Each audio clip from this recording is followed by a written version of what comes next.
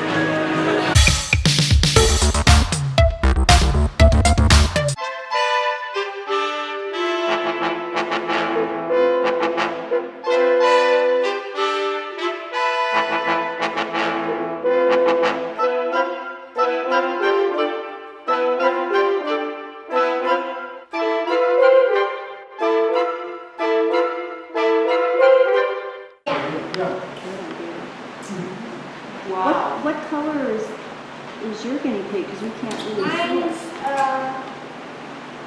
Mine's green. This is so cool. He doesn't want to go out. Bashful guinea pig, I guess. My is brown. Oh. Are they boys or girls or? They're boys. And their names again? William. This is William. And that's Snippy. no baby name. What kind of? How do you take care of them? What do you have to do with guinea You have pigs? to feed them hay. You have to have like a specific type of water. You have to have a small metal tube so that they can melt around it. So you have to give them water. We give them lettuce sometimes, carrots, hay, a lot of hay, and we give them some pellets. Do we clean up after them? Yeah. Do they poop? Yeah. And they also pee. Do you love them? Yes. How much do you love them? Well, the same as my family. Aw. So they are kind of your family. Yeah. Do they hang out with you? Yeah. Like in your lap? No. Yeah, actually they do. They don't, their cage is in our basement in the garage. So that way they don't you're cleaning it, they don't get stuff on it. What kind of noises do you make? And they go quite like pigs, but that's why they call them guinea pigs. Wow. Well, thank you so much for showing us, introducing us to Snippy and William. That's great. Now, are Snippy and William, can they come downstairs with us? Yeah. Or do they stay upstairs? Okay, let's go downstairs. Well, Is it time? Yep. Can I ask? Fred is a child at heart, and he brought something to share. Maybe the kids would like to see what Oh, he has. yes. Fred, what do you have? Okay. Is this your pet, Fred? This is my pet. Her name is Shelly. Hi, Shelly. Shelly is a baby rat snake. Rat snake? Oh. I've had her since the spring. When I first found her, she was starving to death, and she had her tail bit off, Oh. and a cat was about ready to eat her. Can I pet her? She doesn't like to be petted, but you can pick her up and she's fine like that.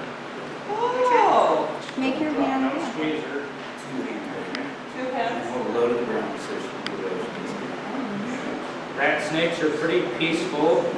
They don't bite unless you poke and prod them quite a bit. They have other defenses. They can shake their tail and pretend they're a rattlesnake. They can make themselves stink. Pretty nice pet, and she always eats when I feed her. She feeds her what, earthworms? Let's just watch her slit it, I guess. She doesn't seem to want to be held right What does she like to eat? now. She eats mice. Mice? And when she gets bigger, these snakes can get huge, up to 8 feet long. She'll eat rats.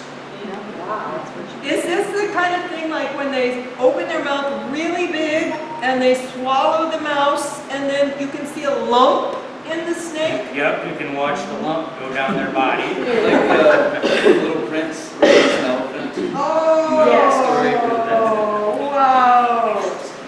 So I figure she's just about a year old now. And I'm going to probably keep her through the winter because she's not that big yet. Let her go in the spring. Fred, when they're adults, are they more black?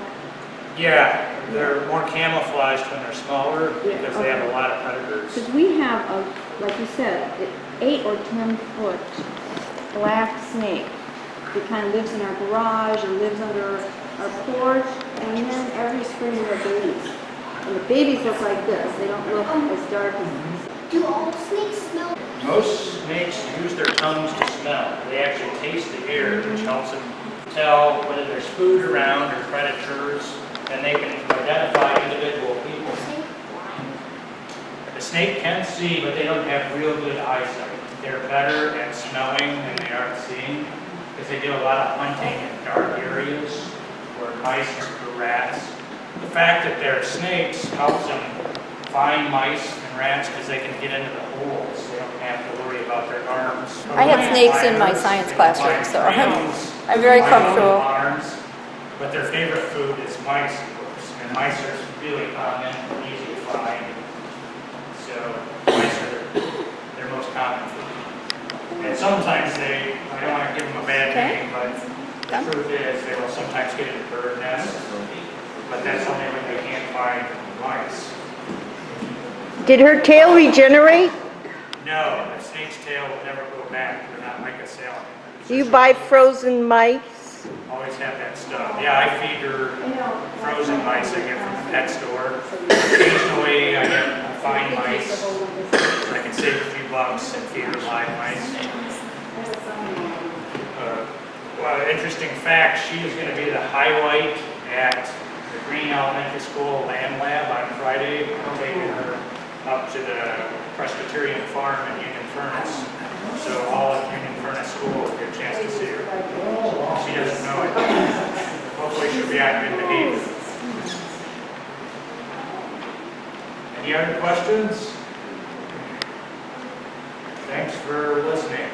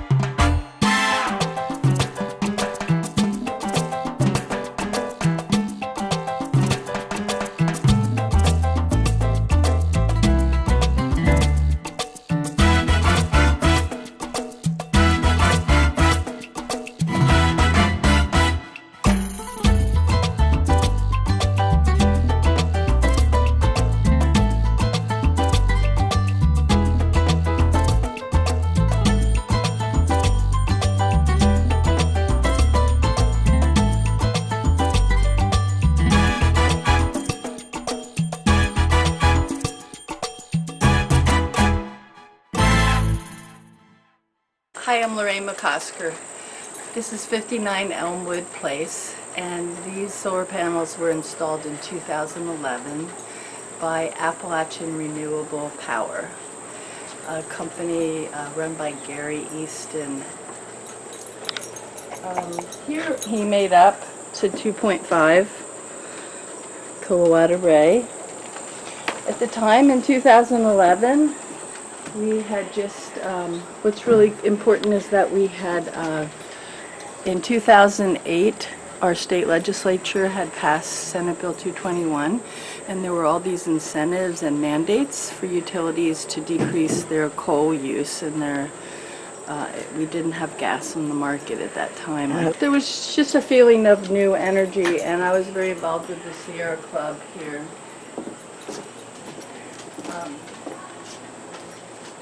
We work nonstop on energy issues. Part of our Sierra Club, AEP was offering an incentive, so there was a 30% federal tax rebate, but they also had a grant that paid 30% of solar. I had requested it from Third Sun. They were totally booked at the time. My neighbor had a 5 kilowatt array put on. So that is how the solar happened. I was very impacted by Michelle. Make your house as efficient as possible. Do the little things before you plunk this solar on top of it. This house was built in 1924. We're getting it painted, so it's a bit of a mess. They used coal, and then there was a coal room, so the coal truck, it was obviously local coal, would just come up, put it in the coal room. The room would be filled with coal, and then it would be a coal furnace. Columbia Gas paid for this $500 energy audit. We paid $50. It was an excellent audit. We had all sorts of people attend it. You know, we were all so excited about it at the time. We had a blower door. And then we came in and had insulation done by Insulation Concepts. It was about $2,700 at the time, and it would have been close to $4,000. But there was incentivized with Columbia Gas. Article from 2008 written by Van Jones, and he's talking about how we need to collaborate, us white folks concerned about the environment and communities of color concerned about social justice. And he was calling for us to work together. We still need to do that 10 years later. So somebody came in and built all that on top of this. Wow. They planted, there's a whole hemlock grove back there. There was bamboo up until this summer when I've had multiple carpentry issues. The cheapest way to use our solar is to put our clothes outside. And we have to expend the energy rather than the washer and dryer. This is so nice.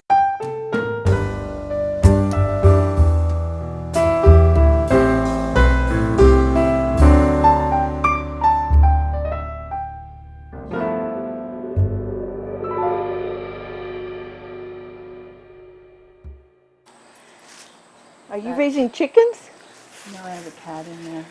A cat? I get feral cats and I help rehabilitate them and hopefully find them home. Oh, there he is. He's a little mustache cat. He's up for adoption if you run into anybody. Yep. You have your own forest here. Did you plant some of it, or? Some of it. Over here is East State Street, so this helps block out that noise. Yeah. And, it's only a 50 by 100 lot, but there's probably about 30 trees I haven't counted. Yeah. Tied to the grid. We have run in the negative here, so we've put, even with this small, With the fees. we've put energy back to the grid, which makes me really happy. Those 7 years, we've produced 15 megawatts out of 2.5 kilowatt array. If everybody had rooftop solar, we could ditch our utilities. It's pretty simple. It's just a bit of an investment up front for the individual. We could use a whole lot of energy. It's not just solar and how we're producing our energy, but what we don't use. We've created this yard very minimal upkeep. We have pine needles in the backyard, and they're regenerating, and primarily native plants. In the front yard, it's a monarch way station. It's also certified by the National Wildlife Federation as a certified habitat. We do not blow. If we must move some kind of material around, we use either a broom or a rake or our hands. No fossil fuel use here. Our old furnace we're replacing. I'm sorry to say it's still here, but we're getting that replaced. And this was the coal room. I can smell it. You can? So here's the little bin. I can show it to you outside, but that would open, and then all the coal would come in here, and then this would be a coal burning furnace, and they would shovel it in. So this could hold tons. The discoloration. Wow. 15 megawatts, or 15,038 kilowatt hours, generated over about 7 years, just on this little rooftop. So they fight about putting 4 megawatts in or whatever. If the university would put rooftop solar throughout its campus, they would save a lot of money. We gotta stop using as much. 10 panels. Hard. I know.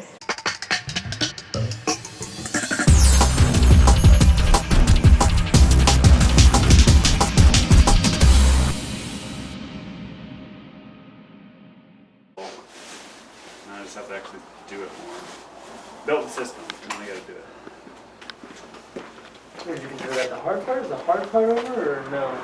What's the hard? Things first and Yeah. take it slow and see what happens. Enough about that though. Do you have an internet?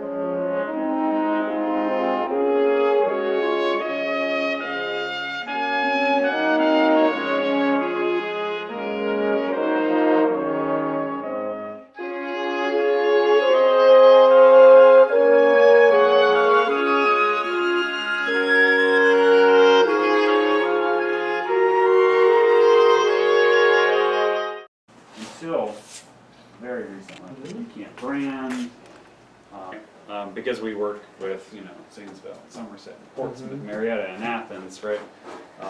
It'd be nice if we had one central repository where every location could see only the relevant data to itself. Right. So if we're getting information from Athens, it'd be great if you guys could see all of our clients or deal flow that are coming through Athens County and Meigs County and the like. You don't care about Muskegon. You don't care about, you know, the Scioto County, you know, ones that are, you know, an hour away. The once in a while. Yeah, yeah. Muskegon. Yeah. Great. But right now, our only mechanism for sharing that is to make a new kind of interactive table that says, okay, pull these out, but it's still not very granular and it's not sortable. It's searchable, but not sortable. And so what we've been moving over, whatever, at the end of the day.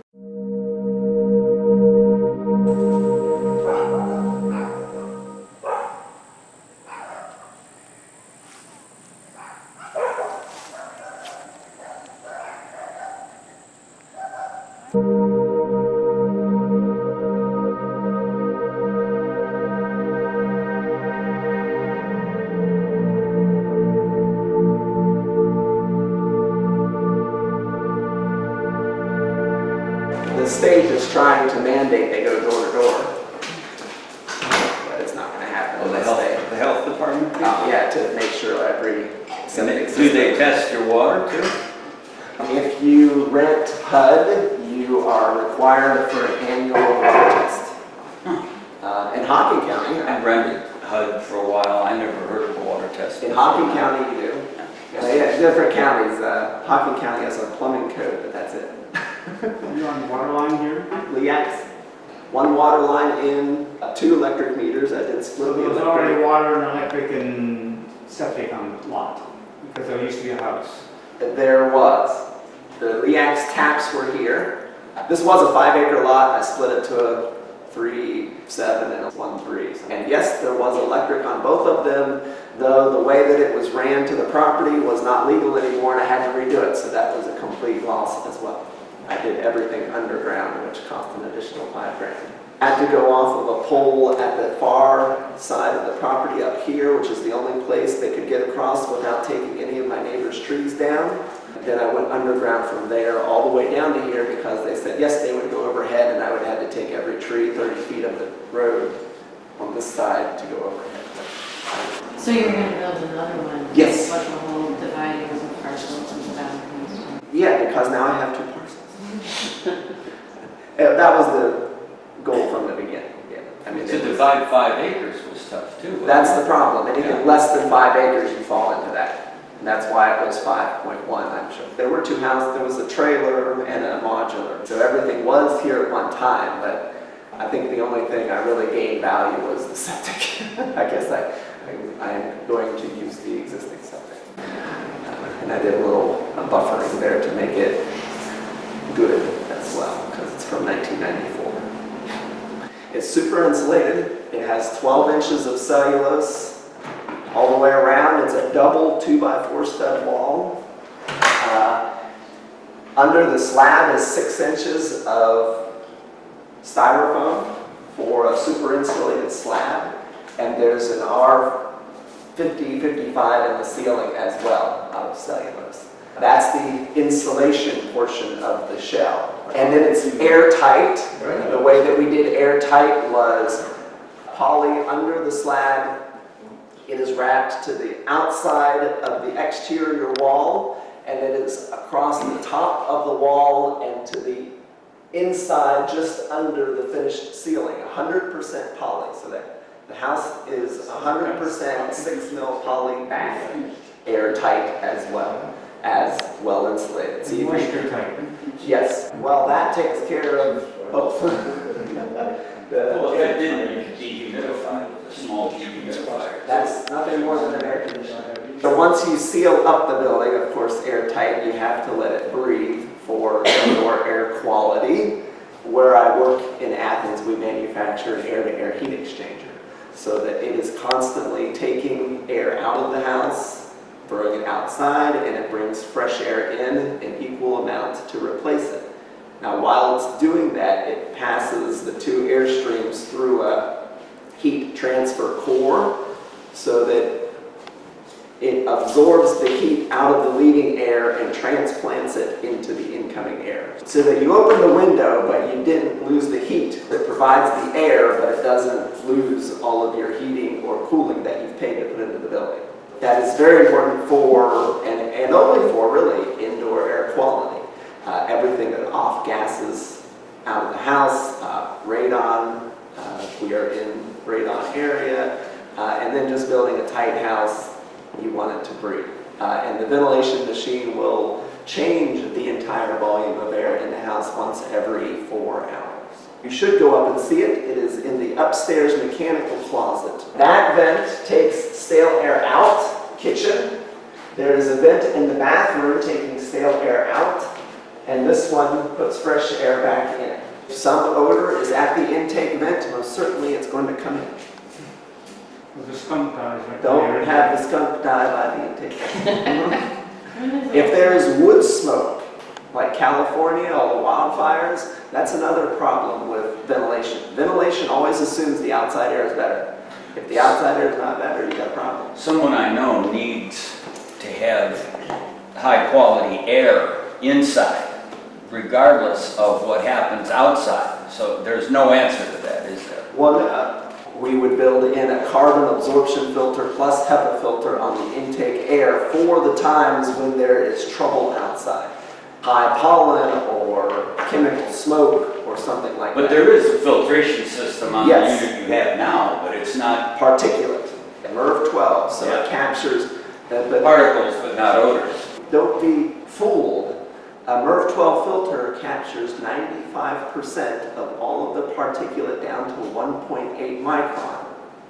What about the other 5%? It's still coming in. it is going to capture a lot of it, but it is a one-pass filter on the incoming air. If there were 10 million particles outside, 5% are coming in. If there were 1 trillion particles outside, 5% is coming in, right? So it is always going to be adding some particulate in, it just depends on how bad, but that's the best you can do. At that point, you do recirculation air filter inside. Couldn't you cover the intake vent with something HEPA-wise? We would catch it before it come to the machine on the on the intake line. Just as I said, we would put that filter, the better filter, on the incoming air. Still, HEPA is 99.97% at 0.3 microns. That's pretty much everything, but there's still a little bit coming in. That has nothing to do with chemical. You're burning a fire outside, HEPA ain't gonna fix that either. Then you have to go to a carbon absorption type filter, and those are expensive and high maintenance. You're gonna put that carbon absorption, this giant chunk of stuff that absorbs chemical issue, and as soon as it's loaded, you have to change it. So all of that is dictated exactly to how much air you're bringing in, how much is outside, how quickly it loads. This, as built, is sharing a single ventilation machine. So there is a little bit, I would say 3% cross-contamination possible. Yes, from side to side. And I live in a passive house duplex, which is built better than this and more airtight than this. And I rent our side out for the last 7 years. I believe, I don't know, maybe 5 or 8 times it's been noticeable that something has come through or across.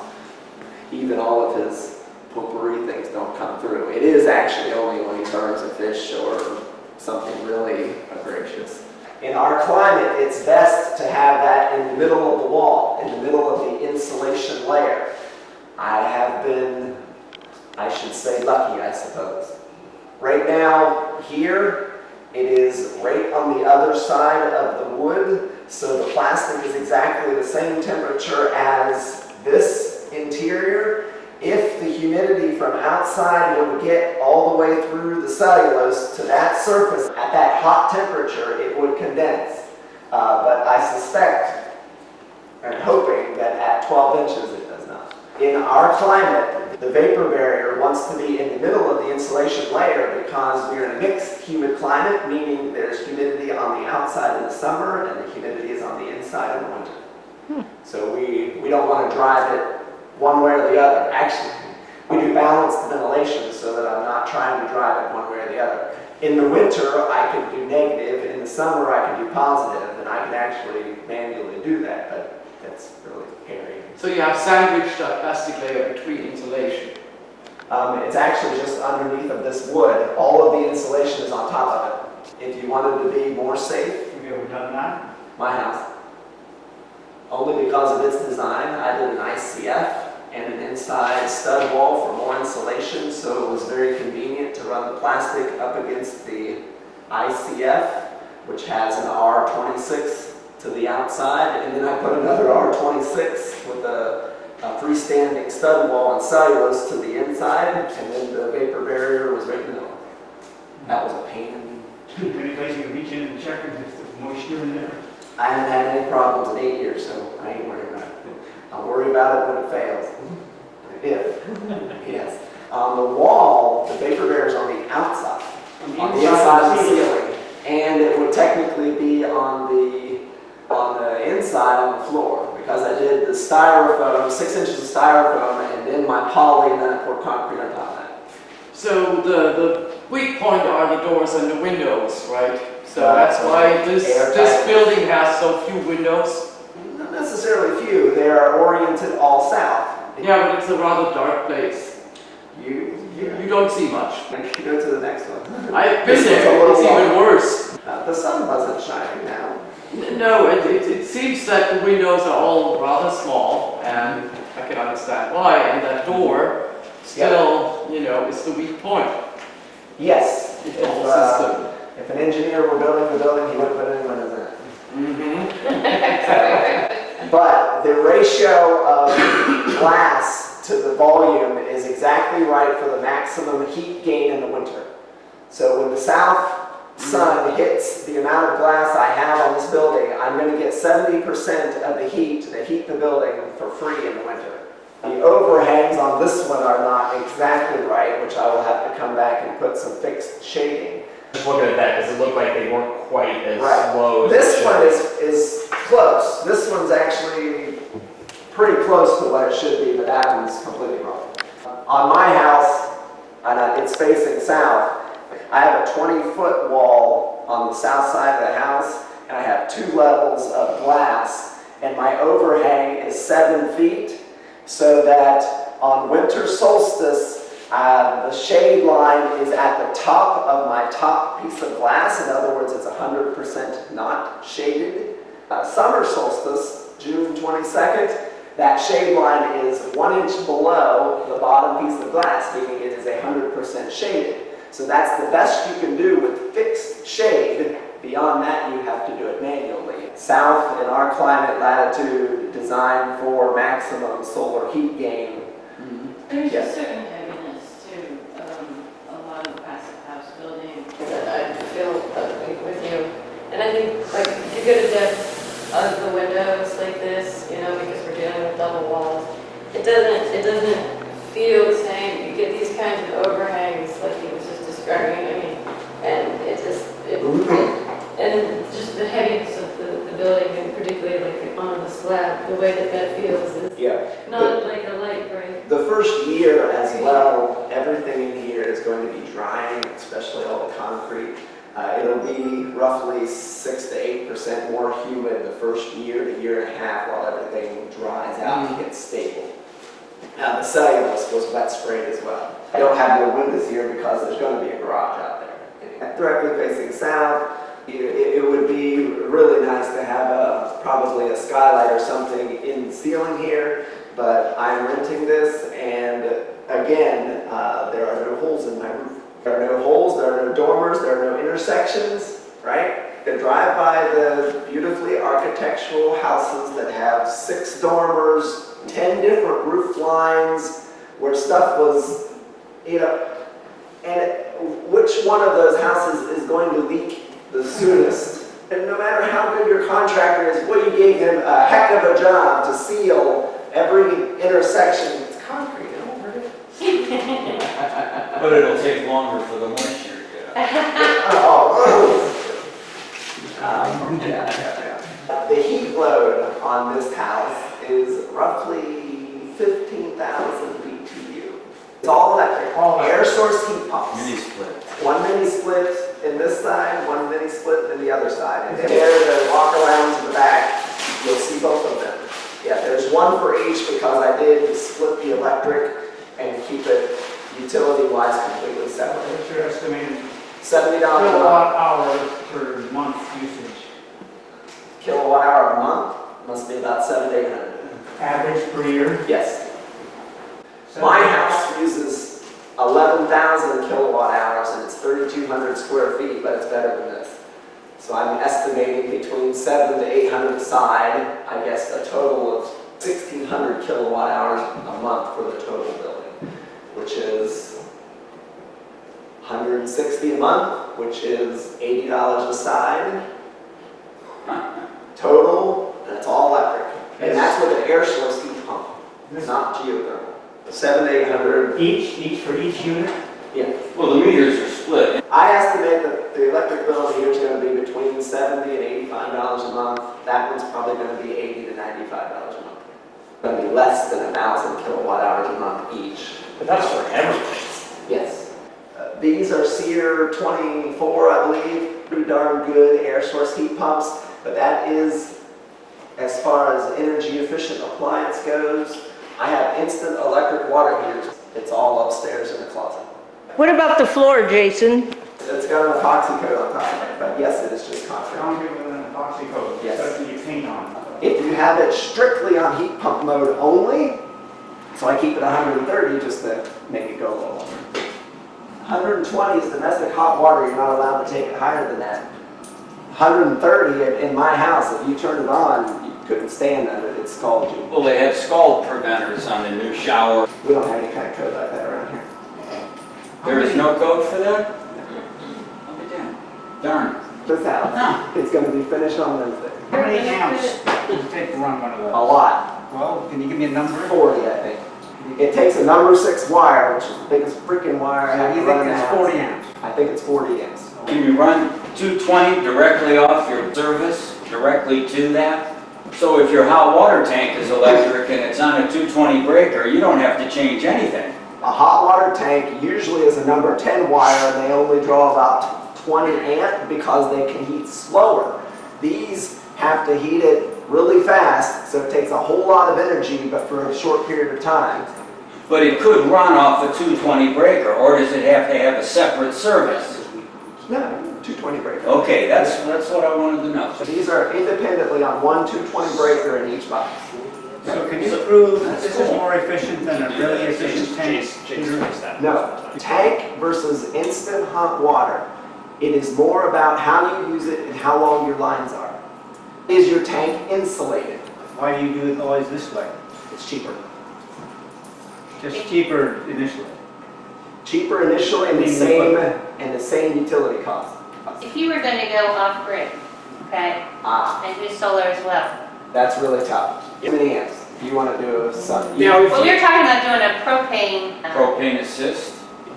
for the hot water, Just do a propane water tank and because running off because solar. and I like to use it for cooking as well. And the cost for cooking and hot water. It would just is be on hot really water small. and cooking that we use the propane. Our concern is that would just pull too much. Yes, solar doesn't like giant Right. peaks. No, it wants continuous low draw. Are you going to do battery solar or just solar? We haven't decided. We're probably going to start with grid tied and then add batteries. I mean, grid tied, then it doesn't matter until the electric's And out. then you don't use your hot water heater. Right. You don't even wire it up to the batteries. We have a whole house generator, so. But still, you take a big Yeah. generator to do Yeah, what's this. that run on? Propane. Propane. Yeah, there you Of go. course, yes. I have one of those too, and it sucks up the dollars when it's running. But if you were to do off-grid solar house and one electric hot water, could you use a tank water heater which would heat slowly? Yes, at that point I would use electric tank or even Is there any heat pump. You would use heat pump water heater with a big tank and super insulated. Because then you could dump heat in slowly all the time and it doesn't go anywhere if you super insulate the tank. Do you think that would be more efficient than a propane tank? Not more efficient, it's the wrong question. Is it going to cost you less? Now propane's kind of expensive. Electric is less cost. If you got anything on natural gas, that's cheapest. If you got natural gas, everything natural gas.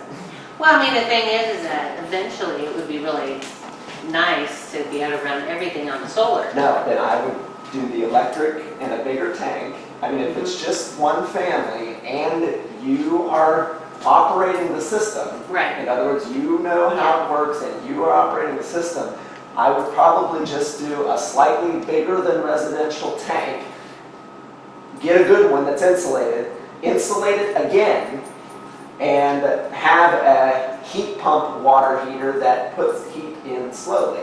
So you have, instead of 50 gallons hot water, you have 150 gallons of hot water that you won't run out on 3 or 4 showers in a row, and the system will have time to put heat in to make it up slowly. Right. You know, in my house, in my duplex, I got a 50-gallon hybrid water heater, and if we take, let's see, on about the 4th shower, it's done. You're out of hot water because it can't keep up unless it kicks in its electric resistant element, and that grinds me.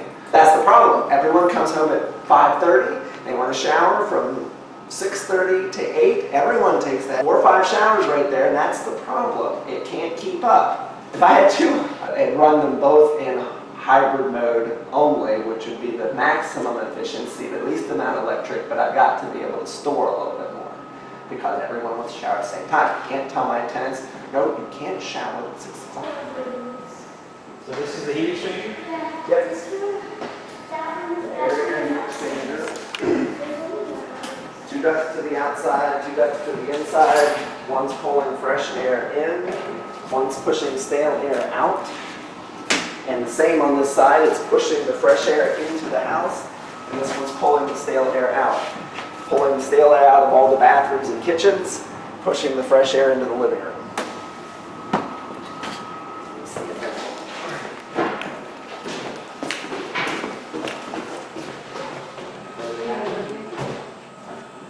So this thing has an energy recovery wheel, which transfers the heat between the two air streams. That's really cool. So is this the heat recovery? Yes. So as let's take the instance of a winter condition. As the air is leaving the house, it's 70 degrees, right? It's going to warm the material in the wheel to 70 degrees. As soon as that wheel gets to the other side, which is the incoming air, it's 30. So it drops that 70-degree heat. In other words, the material cools, which dumps all the heat into the incoming air, the fresh air. 96% of it. What does it take to power that wheel? Right now, this entire machine is running, those bugs. Oh, look how, just 3-4 weeks. Yeah. This is a filter, of course. You got to filter it. Clean the filters. This unit's running about 100 CFM right now, which, what I said, would change the air in the building once every 4 or 5 hours. Yeah. And it's probably using about 110 watts. That's not much. No. Huh. Oh, yeah. This is what you had at home. Yeah. Yeah, Heat I've seen it. exchanger. Yeah. Yeah. Yeah. So it's pulling air from outside in here. It's drawing it through the wheel, and then it pushes it into the house, and then it draws it from the house here through this side of the wheel, and it pushes it back outside. Yeah. And then the wheel, so gets the warm air from the house. It warms up the material on one side, and as soon as it gets to the other side, it releases all that heat to the cold air coming in, which then warms it out of it. So it keeps it at all pretty constant 96% of the heat. So if it's freezing outside and 72 inside, it's going to be coming back in at about 69. And there's 4 things because you have one in and out for each unit. No. This is bringing air in from outside. Yeah. It goes through the machine, and after it's been tempered, it's still that same air is being pushed into the house. Gotcha. This is taking air from the house. Gotta have 2. Yeah. Through the machine, and this pushes it back outside. The vents are both on the back. You want to go out and take a look at them too. Yeah. But yeah, look at these guys. My son keeps calling them toasters. He said there's 2 toasters up here. What are these? Instant water heaters. That's the water heater? That is it. This thing is $300. Instant water heater. Electric. Electric. Stable electron too. Well, we have one, but it's bigger than that. Yeah. Is it gas? No, an No, electric. I've been using these. I have a 2-bedroom, 2-bath in Logan that has one. Ain't never heard them call me. 2-bedroom, 2-bath. I thought ours was small. Yep. It's great. But it doesn't produce a gonna great be jealous. flow of He hot wants a water. smaller You only run one thing at a time. No, this is set up for 2 bathrooms. You damn well Can you better be able wash to take a 5 shower loads twice. of Or at the same clothes time. every This day would run with that? two showers at the It same should. time. Yes. Ours wouldn't, and it's bigger than that. I would say there's something wrong because it should. It should. You're gonna get washer It dryers? sure use a lot of power. There. Somebody's got a small... Yes, but for a small amount of time. Small amount of time, right? What's the most efficient water heater? No. The sun? No. Just, this is electric resistance. You give it 1 kilowatt, it gives you 1 kilowatt worth of hot water. What about natural gas? You ever heard of the 99% condensing gas water heater? Oh my gosh, it's 99% efficient, right? This is 100% efficient. Natural gas is cheap. That's why it's cheaper. It's not more efficient. All right? What is more efficient is a heat pump water heater. Yes, you give it 1 kilowatt worth of electric, it gives you 2 kilowatts worth of hot water. It's a heat pump. Go geothermal, then you'll get 4 kilowatts for that 1 kilowatt in. It'll cost you 4 times more too. It only adds $100,000 Yeah. to the initial price. Exactly. You never get it back. That's right. Yes. That's why I never do geothermal residential. Period. You never get it back. It is the most efficient.